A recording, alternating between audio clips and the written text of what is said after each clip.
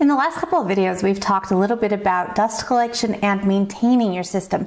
In this case, we're talking about the MADC20 from Foredom. Now, as you begin to use tools, they're going to need regular routine maintenance. And in our last video, we talked a little bit about how to check to make sure your filters are okay, your system filter plus any other secondary filters. But let's say that something is still not going quite right with your system. Maybe it will turn on, or it's being kind of irregular. Maybe it's making a funny sound. And one more thing to check on this would be your motor brushes. Same as what you would do if you were working with a flex shaft machine or any other number of tools. You want to make sure that everything is maintained. Now, the motor brushes are not that difficult to change out, but they can be a little bit intimidating if you've never seen how to do it. So that's exactly what I'm going to show you now. Hi, I'm Melissa Muir. Let's get started. We'll open up the machine and I'll show you how to check for your motor brushes and how to change those out. To get started, make sure everything is unplugged, and that's really all you need to do to make sure that you're working safely here. I'm going to need a screwdriver, and I'm also going to need a 2mm hex wrench. And what that's going to allow me to do is to remove all of these little screws that are holding our faceplate into place. So I'll just bring one in and twist to remove this, and I want to do the same thing for all 10 of these. Now, once you've removed all of these screws, we just need to remove this faceplate. Now, if this is the first time removing your faceplate, you might find that it's on here pretty stiff, and that is because there's a foam that they've used to create a nice seal. And I found that it was very helpful to just take a very thin blade, slip it in there, and kind of work my way around and open up the face to release it from the foam that is in here and creating that seal. I do not want to remove any of these wires, and I don't want to disturb them either, so I'm just going to gently lay this down on the ground, and then we're going to begin to work on the inside. Now, inside we have our motor. Now here we also have a bracket that is holding our motor into place, and this we need to remove. So I'm going to use my screwdriver to remove these screws.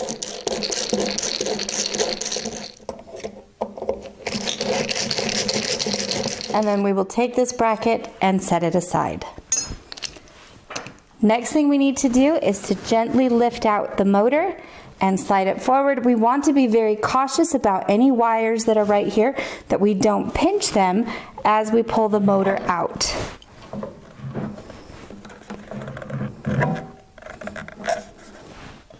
Now, I want to be cautious as I'm doing this because there are wires that are still intact inside of our box. We want to be careful not to disturb those too much, but these two items right here are our motor brushes. Here on this side, you will see that we have an electrical connector, so I'm just going to gently remove that.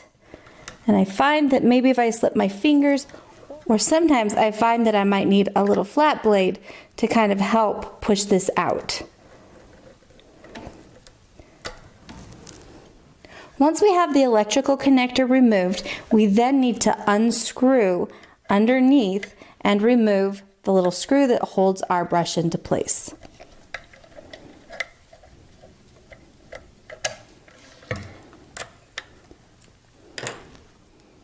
Now, our brushes are spring-loaded so that as they wear down, the holder will continue to push that brush and keep tension up against our coil inside that allows our system to continue to work. So you'll replace your brush, then we'll bring this back into place, slide this holder forward, and once again reconnect our screw that holds it all into place.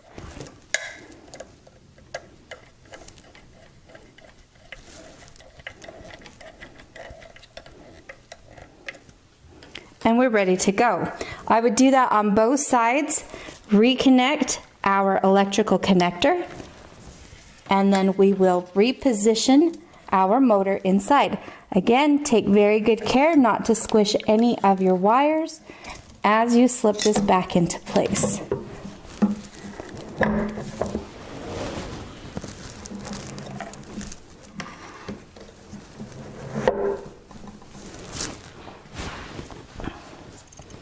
Once the motor is back into its housing, we need to reconnect our bracket.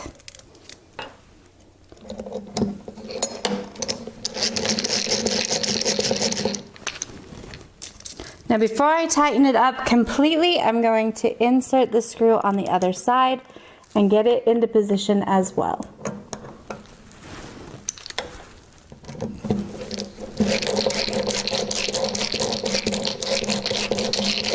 And once both screws are into place, then I will tighten them up.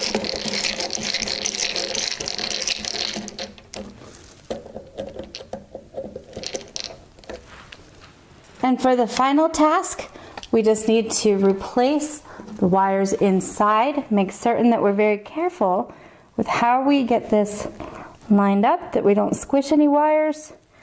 And we are ready to replace the screws that hold the faceplate into place.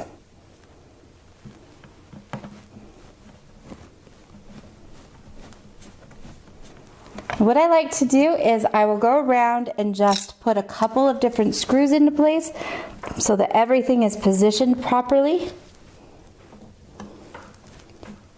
and then do the rest of them.